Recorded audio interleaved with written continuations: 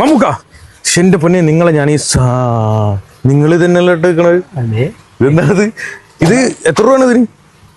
ഇത് പലതും പല റേറ്റാ. സ്റ്റാർട്ടിങ് എത്രയാ?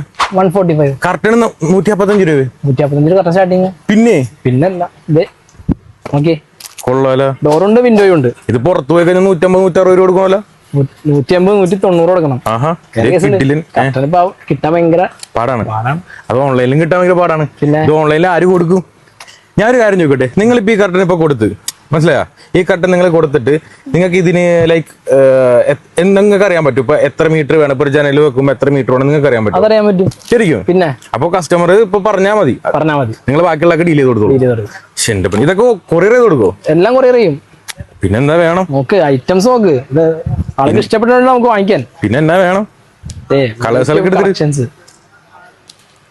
അപ്പൊ ഇതൊക്കെ ഇഷ്ടപ്പെട്ട ഒരു ഉറപ്പായിട്ടും സ്ക്രീൻഷോട്ട് എടുത്ത് വാട്സപ്പ് ചെയ്തിരിക്കണം.